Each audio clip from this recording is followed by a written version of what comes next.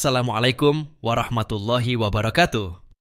Ustadz, saya ingin bertanya, kalau ada orang yang pinjam uang untuk modal dagang ke temanya, pada saat waktu mengembalikan, ditambah jumlahnya sebagai ucapan terima kasih. Apakah seperti itu boleh? Pertanyaan dari Ibu Najiati di Bukateja Purbalingga. Waalaikumsalam warahmatullahi wabarakatuh. Ibu Najiati di Purbalingga. Ya, terima kasih pertanyaannya. Jadi bertanya tentang kalau ada teman hutang, tapi hutangnya sih untuk modal kerja, modal usaha. Nah, ini tidak ada perjanjian apa-apa. Kemudian melunasi, dan ketika melunasi ngasih hadiah, nambah hadiah, gitu ya. Tambah di perjanjian. Bagaimana hukumnya? Baik, para pemirsa Takjil Fast TV. Jadi harta itu memang anugerah dari Allah Ta'ala. Artinya Allah jadikan bumi isinya itu, ya dalam bahasa kita harta lah, untuk kepentingan hidup manusia. Allah jelaskan di surat Al-Baqarah ayat 29. A'udzubillahi minasyaitonirrajim. Huwallazi khalaqalakum ma fil ardi jami'a. Dialah Allah yang telah menjadikan semua yang ada di bumi itu lakum, untuk kepentinganmu wahai manusia, jami'a, semuanya. Jadi memang bumi seisinya yang kemudian kita bahasakan dengan harta itu adalah fasilitas hidup. Yang sebaik-baik harta untuk apa? Tentu untuk ibadah. Ya, karena Allah menjadikan harta ini mampu dikuasai oleh manusia, ya, tetapi tujuannya supaya kita menggunakannya untuk kebaikan-kebaikan, ya. Ya, kebaikan itu maknanya luas loh, ya. Artinya untuk makan juga kebaikan kan gitu. Untuk beli rumah, untuk beli baju itu kan kebaikan gitu. Untuk refreshing juga kebaikan. Jadi harta hakikatnya itulah. Kemudian ketika kita kemudian memang suatu saat Allah menyempitkan rezeki kita lah, dan dalam kondisi kita butuh uang, apakah kita boleh berhutang?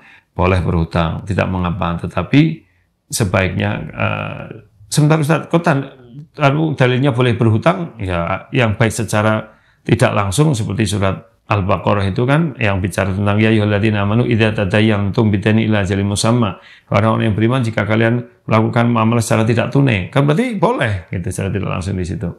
Demikian juga Nabi juga pernah sebelum wafat beliau menggadaikan baju perangnya dengan sekantung gandum. Itu kan sebenarnya hutang juga, cuma ada jaminan, ya.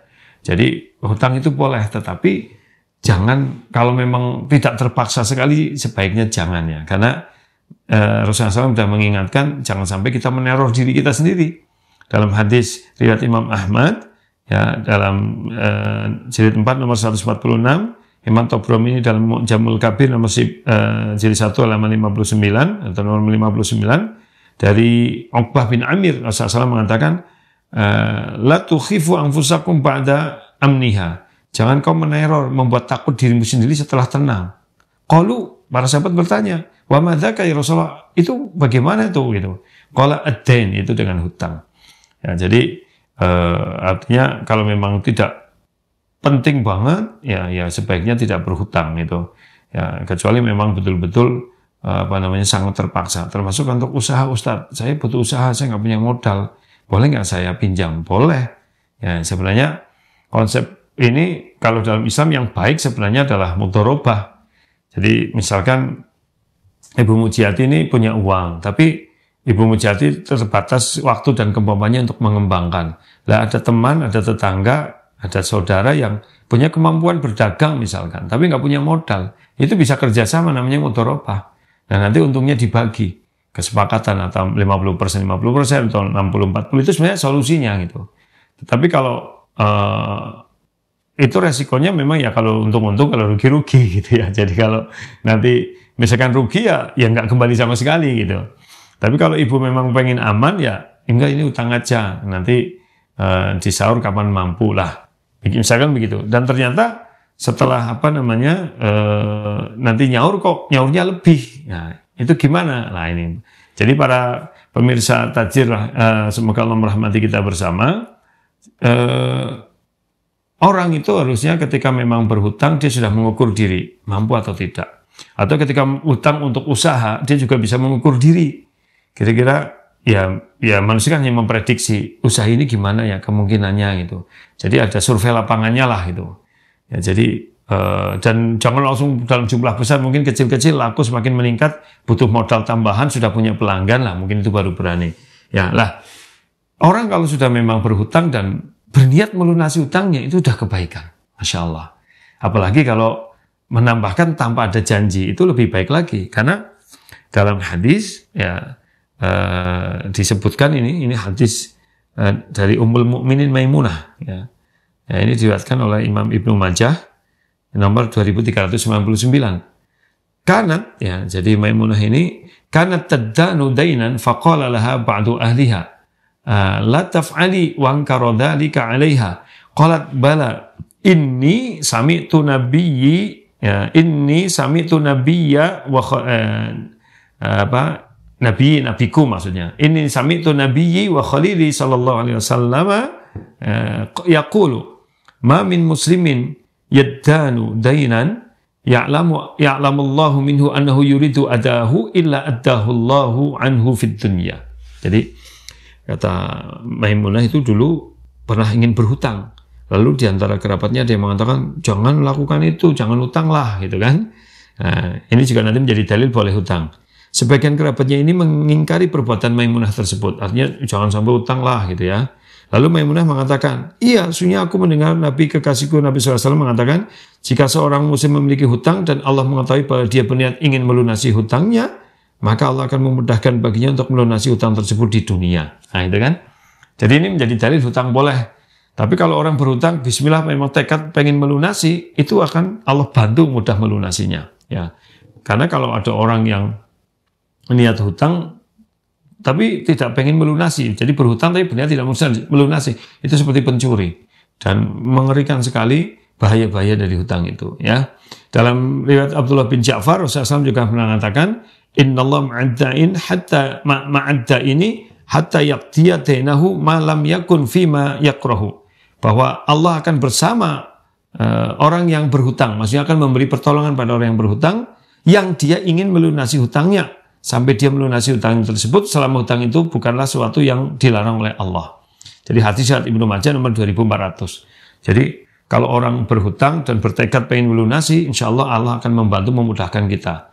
Ya, selagi hutangnya bukan untuk maksiat. Nah, ini kan pertanyaan Bu Mujiati ini, hutang untuk dagang usaha, tentu itu bagus ya.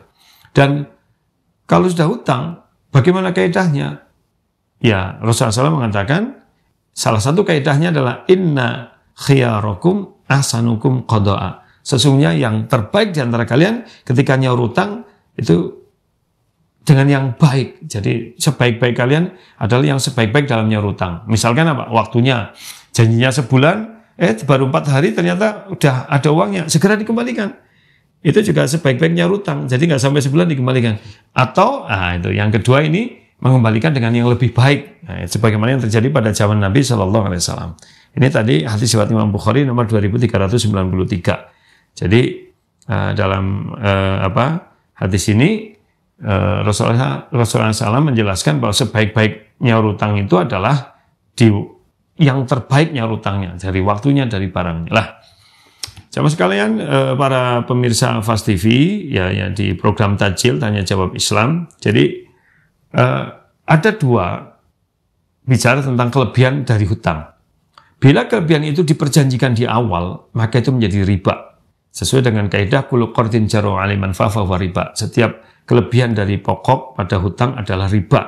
Nah, ini memang hadis dari Haris bin Abi Usamah sanadnya terputus. Ya, disebutkan oleh Imam Ibnu Hajar dalam Bulughul Maram. Tapi hadis ini punya penguat dari Fadlah bin Ubaid yang dikeluarkan oleh Imam Baihaqi. Ya, walaupun hadis ini lemah, tetapi para ulama memperkuat seperti perkataannya Ibnu Mundir, ajma'ul ulama'u ala annal muslifa idza syarrata usrus salafi hadiyatan aw ziyadatan, ya, fa aslafahu ala dzalik anna akhdahu ziyadatan riba. Para ulama sepakat jika seorang yang meminjamkan uang atau meminjamkan utang dengan mempersyaratkan 10% misalkan dari utangan sebagai hadiah atau tambahan, jadi ada syaratnya. Lalu dia meminjamkannya dengan mengambil tambahan tersebut, maka itu adalah riba. Ini ada dalam kitab Al-Ijma nomor 99, dinukil dari Minhatul Alam jilid 6 halaman 276. Ibnu Qudamah rahimahullah juga mengatakan, wa kullu qardin syarata fihi an yazidahu fa huwa haramun bi ghairi khilaf. Jadi kata beliau, semua hutang yang disyaratkan ada tambahan itu adalah riba tanpa ada perselisihan para ulama. Nah, tapi pertanyaannya bila tidak ada tambahan, tidak ada syarat. Jadi tadi Bu Mujiati misalkan menghutangi orang tidak ada syarat apa-apa, ya hanya sebulan dikembalikan misalkan begitu, maka bagaimana hukumnya gitu? Ketika seseorang mengembalikan malah ditambahi gitu, baik itu makanan maupun ditambahi uang, tambah ada perjanjian. Nah itu bagaimana hukumnya? Nah itu boleh didasarkan kepada peristiwa yang terjadi pada zaman Nabi ketika, ini hadis dari Abu Rafi ya. Jadi pernah Nabi meminjam seekor unta yang masih kecil. Jadi Nabi itu pinjam unta masih kecil. Lalu ada unta zakat yang diajukan sebagai ganti kepada Nabi SAW. Maka Nabi menyuruh Abu Rafi untuk mengganti unta muda yang tadi dipinjam. Abu Rafi menjawab, tidak ada unta sebagai gantian kecuali unta yang terbaik, yang umurnya lebih baik. Jadi untanya lebih besar, lebih bagus gitu daripada yang tadi pinjam. Maka Nabi SAW bersabda, "U'tuhu fa inna min khiyarin nas ahsanahum qata'a." Berikan saja unta yang lebih baik tadi. Ya, ingatlah sebaik-baik orang adalah yang baik dalam melunasi hutangnya. Ini hadis Imam Bukhari nomor 2392 dan Muslim nomor 1600. Dari hadis ini jelas. Jadi ketika Nabi utang unta kecil, ternyata nyaur utang dengan unta yang lebih besar tanpa ada perjanjian, boleh.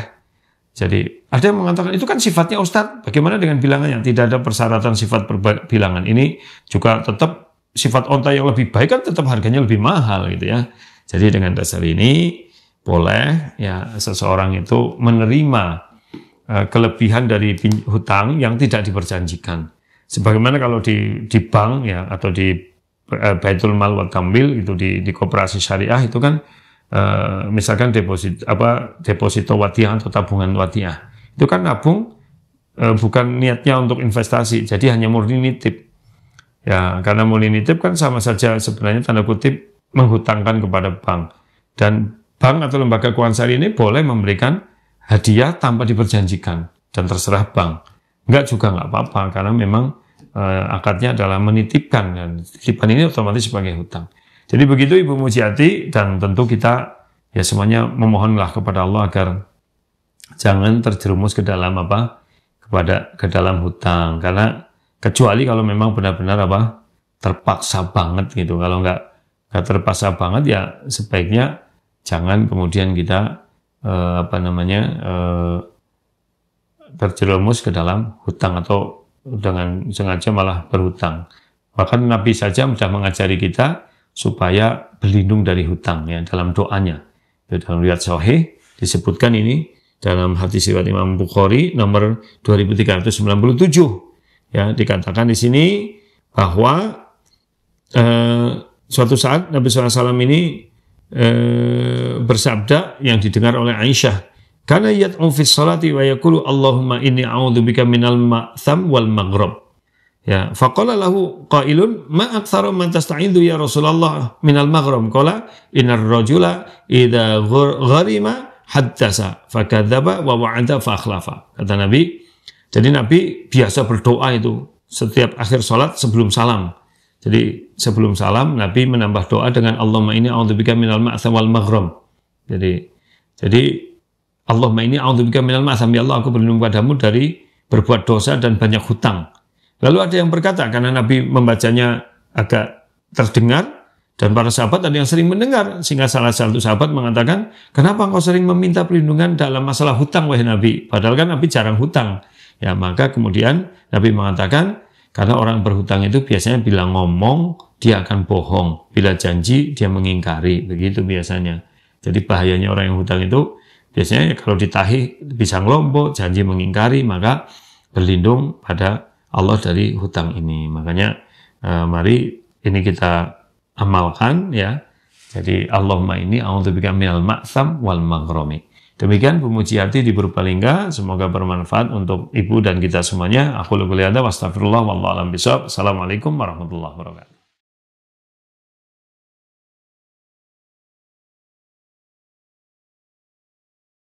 A'udzu billahi minasy syaithanir rajim. Bismillahirrahmanirrahim. يا أيها المدثر قم فأنذر وربك فكبر وثيابك فطهر والرجز فاهجر ولا تمنن تستكثر ولربك فاصبر فإذا نقر في الناقور فذلك يومئذ يوم عسير على الكافرين غير يسير ذرني ومن خلقت وحيدا وجعلت له مالا ممدودا وبنين شهودا ومهدت له تمهيدا ثم يطمع أن أزيد كلا إنه كان لآياتنا عنيدا سأرهقه صعودا إنه فكر وقدر فقتل كيف قدر ثم قتل كيف قدر ثم نظر ثم عبس وبسر ثم أدبر واستكبر فقال إن هذا إلا سحر يؤثر إن هذا إلا قول البشر سأصليه سقر وما أدراك ما سقر لا تبقي ولا تذر لواحة للبشر عليها 19 وما جعلنا أصحاب النار إلا ملائكة وما جعلنا أصحاب النار إلا ملائكة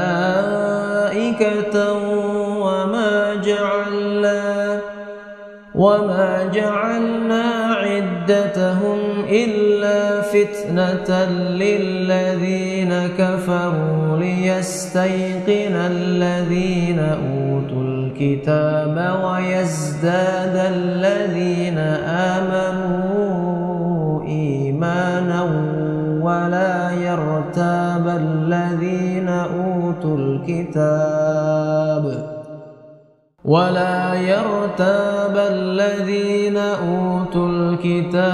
والمؤمنون وليقول الذين في قلوبهم مرض والكافرون ماذا أراد الله بهذا مثلا كذلك يضل الله من يشاء ويهدي من يشاء وما يعلم جنود ربك إلا هو وما هي إلا ذكرى للبشر كلا والقمر والليل إذ أدبر والصبح إذا أسفر إنها لإحدى الكبر نذيرا للبشر لمن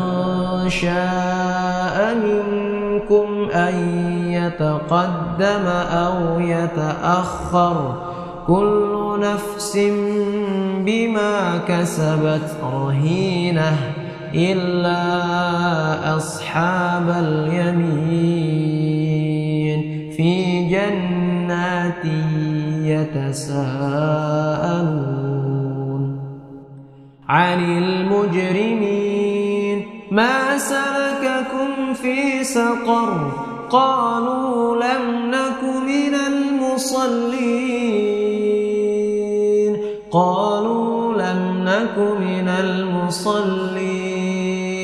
ولم نك نطعم المسكين وكنا نخوض مع الخائضين وكنا نكذب بيوم الدين حتى أتانا اليقين فما تنفعهم شفاعة الشافعين فما لهم عن التذكرة معرضين كأنهم حمر مستنفرة فرت من قسورة بل يريد كل امرئ منهم أن يؤتى صحفا منشرة كلا بل لا يخافون الآخرة كلا إنه تذكرة فمن شاء ذكره وما يذكرون إلا أن يشاء الله هو أهل التقوى وأهل المغفرة.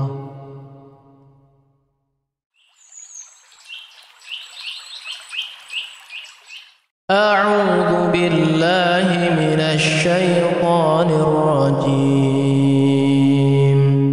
الله لا إله إلا هو الحي القيوم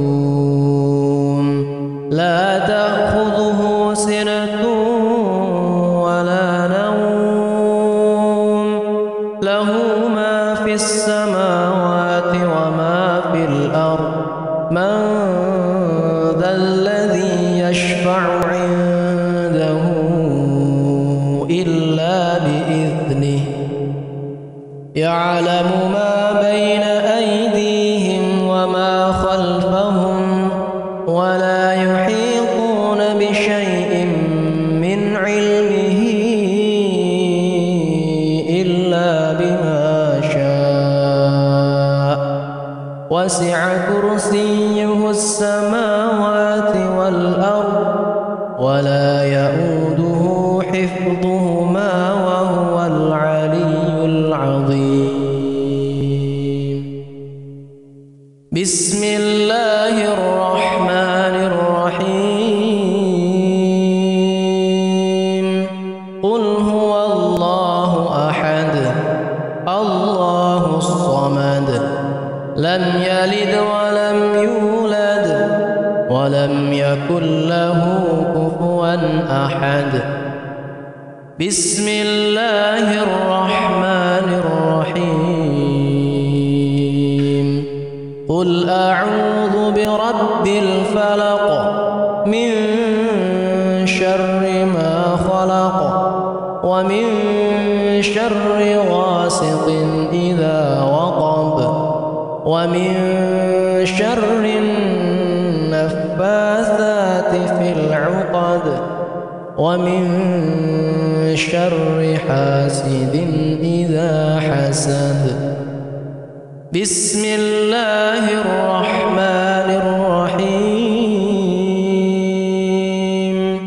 قل أعوذ برب الناس ملك الناس إله الناس من شر الوسواس الخناس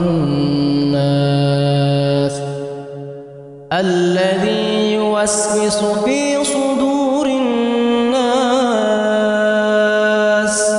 من الجنة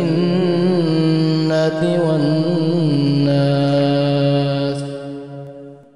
أمسينا وأمسى الملك لله والحمد لله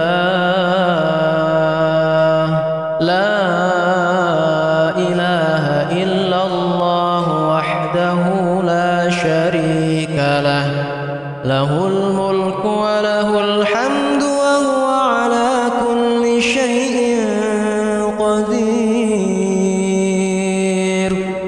رب أسألك خير ما في هذه الليلة وخير ما بعدها وأعوذ بك من شر ما في هذه الليلة وشر ما بعدها رب أعوذ بك من الكسل وسوء الكبر رب أعوذ بك من عذاب في النار وعذاب في القبر اللهم بك أمسينا وبك أصبحنا وبك نحيا وبك نموت وإليك المصير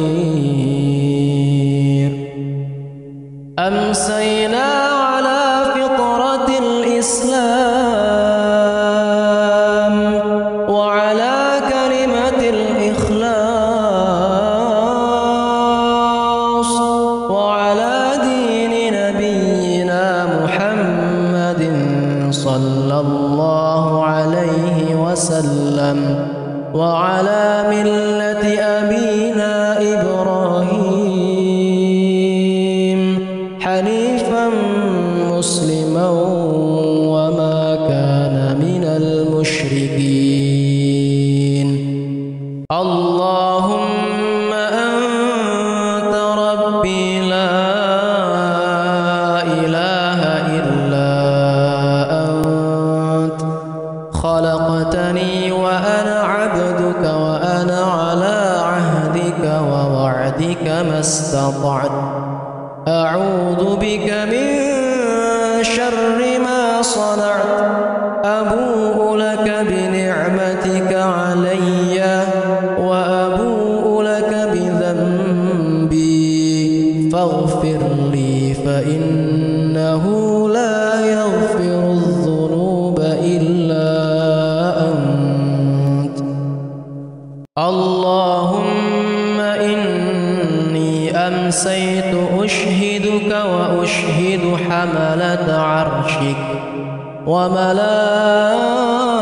وملائكتك وجميع خلقك أنك أنت الله لا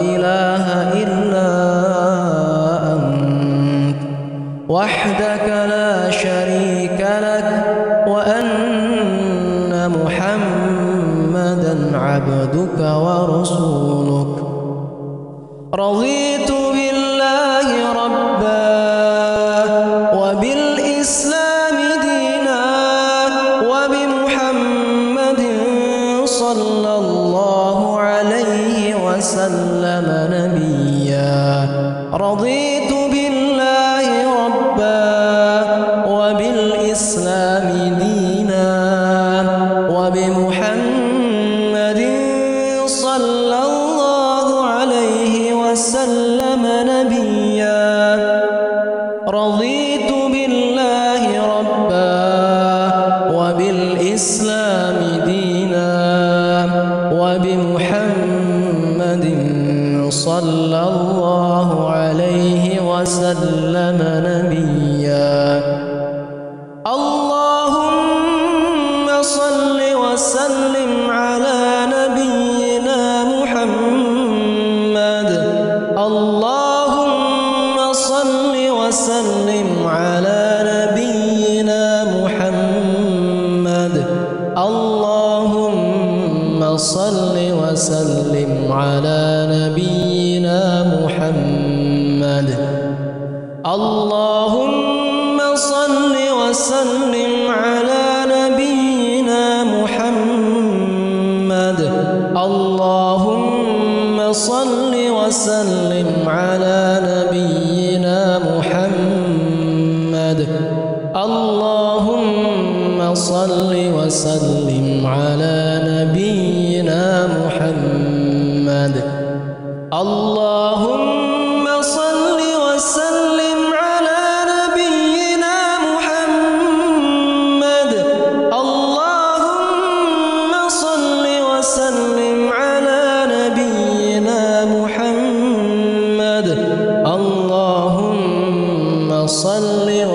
وسلم على نبينا محمد اللهم صل وسلم على نبينا محمد اللهم عافني في بدني اللهم عافني في سمعي اللهم عافني في بصري لا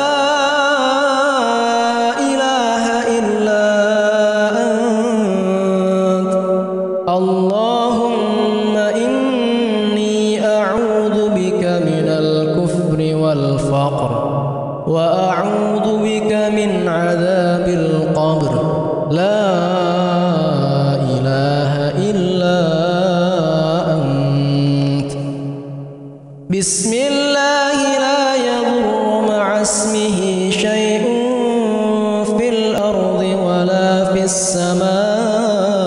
السماء وهو السميع العليم بسم الله لا يضر مع اسمه شيء في الأرض ولا في السماء وهو السميع العليم بسم الله لا يضر مع اسمه شيء في الأرض ولا في السماء وهو السميع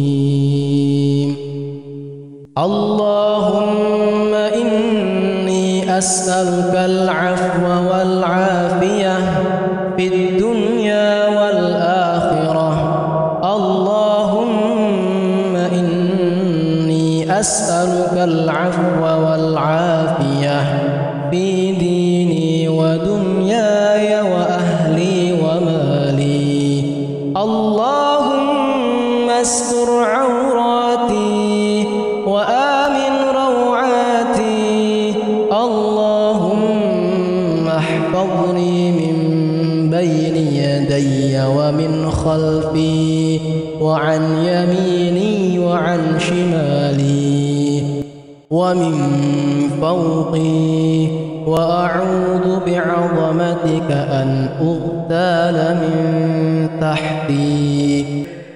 اللهم عالم الغيب والشهادة فاطر السماوات والأرض رب كل شيء ومليكه أشهد أن لا إله إلا أنت أعوذ بك من شر نفسي ومن شر الشيطان وشركه وأن أقترف على نفسي سوءا أو أجره إلى مسلم يا حي يا قيوم برحمتك أستغيث أصلح لي شأني كله ولا تكلني إلى نفسي طرفة عين أعوذ بكلمات الله التامات من شر ما خلق لا إله إلا الله وحده لا شريك له له الملك وله الحمد يحيي ويميت وهو على كل شيء قدير لا إله إلا الله وحده لا شريك له له الملك وله الحمد وهو على كل شيء قدير سبحان الله وبحمده سبحان الله وبحمده سبحان الله وبحمده سبحان الله وبحمده سبحان الله وبحمده سبحان الله وبحمده سبحان الله وبحمده سبحان الله وبحمده سبحان الله وبحمده سبحان الله وبحمده أستغفر الله وأتوب إليه أستغفر الله وأتوب إليه أستغفر الله وأتوب إليه أستغفر الله وأتوب إليه أستغفر الله وأتوب إليه أستغفر الله وأتوب إليه أستغفر الله وأتوب إليه أستغفر الله وأتوب إليه أستغفر الله